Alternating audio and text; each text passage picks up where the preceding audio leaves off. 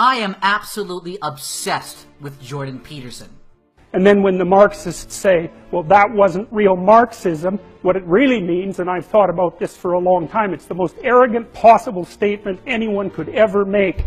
It means, if I would have been in Stalin's position, I would have ushered in the damn utopia instead of the genocidal massacres, because I understand the doctrine of Marxism and everything about me is good. It's like, well, think again, sunshine. Like, well, think again. Like, well, think again. Like, well, think again. Well, think again, sunshine. The most fascinating thing about him is his endless well of motivation. Jordan Peterson is everything you would imagine a Canadian professor to be. He's endlessly polite with a well of patience and professionalism that is frankly astounding, especially in the face of the snobbish, putrid condescension of social justice-minded college acts. You have lots of reasons to be. God, there's reasons to be resentful about your existence. Everyone you know is going to die.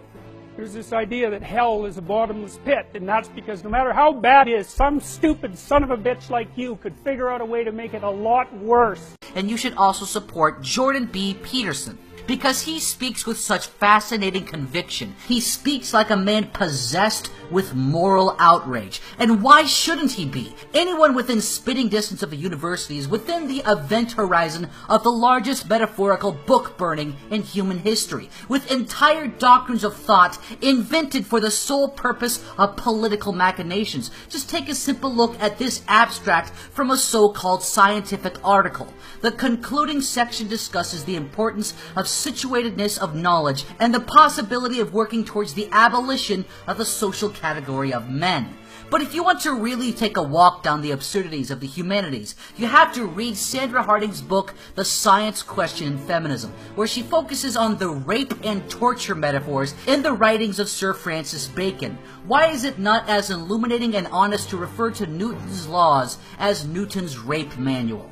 Frankly, my opinion is that the question should be rephrased, why does feminism have anything to do with science in the first place? And you can read more about this bullshit by looking up the Science Wars, or perhaps watching this video by King Crocoduck. But frankly, what this reminds me of the most is Lysenkoism. Lysenkoism was a pseudoscience of biology created by Trofim Lysenko, which denied natural selection, Mendelian inheritance, and the concept of the gene. It promoted the idea that human nature was constructed and you could therefore deconstruct it. The entire reason why Lysenkoism was promoted by the Soviet Union is because Stalin realized that communism went against human nature, that human beings had different talents that would naturally create a hierarchical society. He decided that instead of changing communism, he was going to change human nature and create the new Soviet man. Lysenko's theories included the idea that plants of a similar type had a kind of proletariat solidarity, and when the Chinese implemented this theory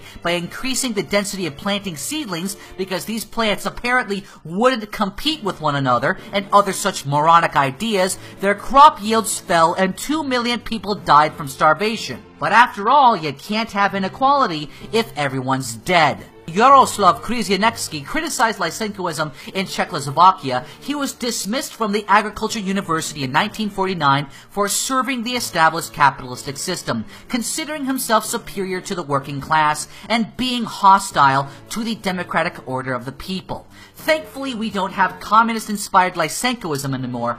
We just have gender studies and critical theory. You see, the postmodernists realized that gender equality went against human nature, that men and women had different talents, and that would naturally create a hierarchical society. So they decided that instead of changing their theories on gender, they would redefine gender itself. They decided that gender was just socially constructed, and therefore you could deconstruct it. Oh boy.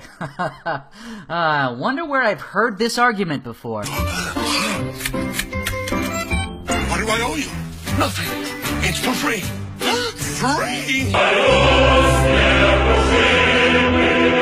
So instead of gender being based on billions of years of evolution, natural selection, and genetics, instead of gender being sourced in the biology of hormones, which directly dictate our secondary sexual characteristics, instead of gendered behavior coming from the inherently different psychologies and competencies of men and women, the reason why men fill the upper echelons of society isn't because the gender balance of people with IQs over 140 is 20 men to a single woman, and the reason why men fill the prisons isn't because idiot men outnumber idiot women by the same margin. No. Gender is socially constructed, so in order to create their new utopian society, all you have to do is control society's ideas about gender and force people to agree with their worldview. And they will use the power of government to do so. All you need to do to find evidence of this is listen to the pathetic apologetics of some 2-bit cross-dressing failed academic. On the subject of how bigoted attitudes and speech may silence women, people of color, queer people, and other marginalized groups, you seem to have absolutely nothing to say. There's endless catastrophizing from classical liberals on YouTube and elsewhere about how policies prohibiting transphobia in the workplace, including intentional misgendering, are a terrible limitation on the freedom of speech of transphobes. But these same people give no concern whatsoever to the way in which a hostile environment where, for instance, a trans employee's gender identity is constantly disparaged and disregarded might itself have a silencing effect if it doesn't pressure trans people out of the workforce altogether. Jordan Peterson's speech must be stopped, because Jordan Peterson's speech is problematic. His ideas and his language promote an unsafe environment, and he must be silenced because he might hurt someone's feelings. But when liberal and progressive-minded students brand people as racists and Islamophobes with the direct intention of using institutional power to fire them and make them persona non grata and ruin their lives and stop them from speaking, that's fine. And it's fine because your pathetically small-minded political ideology favors one identity of people over the other. And that's what this is all about. These cretins are using the power of government to force truth and science to bend to their political will. You can very well imagine Jordan Peterson being brought to trial for serving the established cis-normative system, considering himself superior to the transgender class, and being hostile to the rights and privileges of the people.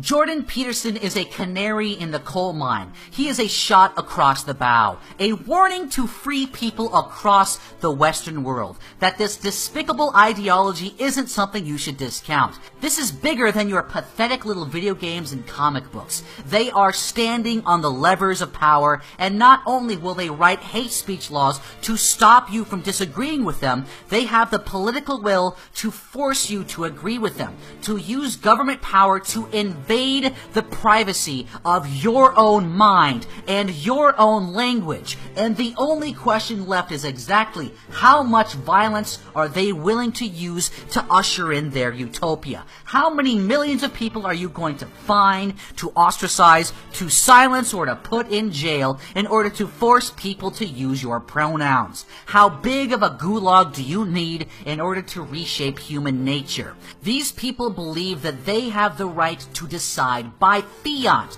which ideas and which speech is valuable, because they believe that your ideas and your freedom poses a threat to their utopian ideology. They believe that your freedom and your speech is an action of violence and silencing. So they believe that they have the moral authority to use violence, both individual violence and government violence, to shut you up. And you only need to look at the recent case of Evergreen State College for a crystal clear example of this.